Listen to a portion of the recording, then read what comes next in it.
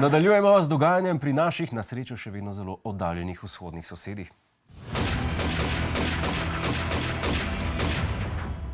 Sredi brutalne vojne je Ukrajince zajela filatelistična mrzlica. Predmet evforije pa je ena sama znamka. V ospredju te znamke je ukrajinski vojak Roman Gibov na Kačjem otoku, ki kaže sredinec ruski mornarici. Na stotine ukrajinskih zbiralcev znamk je več ur čakalo v vrsti na glavni kijevski pošti, da bi lahko kupili to znamko. Razlog za navdušenje je seveda dejstvo, da je potonil ponos ruske črnomorske flote.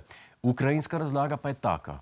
В Чорноморській операційній зоні протикорабельними ракетами «Нептун» уражений крейсер «Москва», флагман Чорноморського флоту Росії, отримав суттєве пошкодження. Виникла пожежа. Інші одиниці корабельного групування намагалися надати допомогу. Але шторм і потужний вибух боєзапасу перекинули крейсер, і він почав тонути. Iz Kremlja pa smo seveda dobili povsem drugačno zgodbo. Požar na ladji naj bi bil posledica nesrečnih naključij.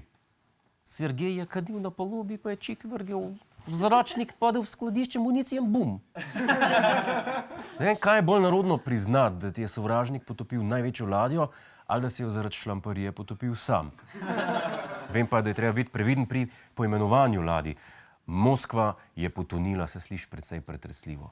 In o tem bi mogel razmisliti tudi naš obrambni minister. Naša največja in edina bojna ladja se imenuje Triglav. In če se ta potopi, kaj bo v cajtngah? Triglav pod vodo. Tako da predlagam, da bi ladjo rajš preimenovali v Lulanje. Ker lulanje pod vodo, to gre še skozi. Vsi smo že bili tam. Ali pa ljubezen, ker malo ljubezni pod vodo tudi ni najslabša. Še posebej, če ni preveč zasedena plaža. Hej, preden greš, klikni tukaj in se naroči na naš YouTube kanal.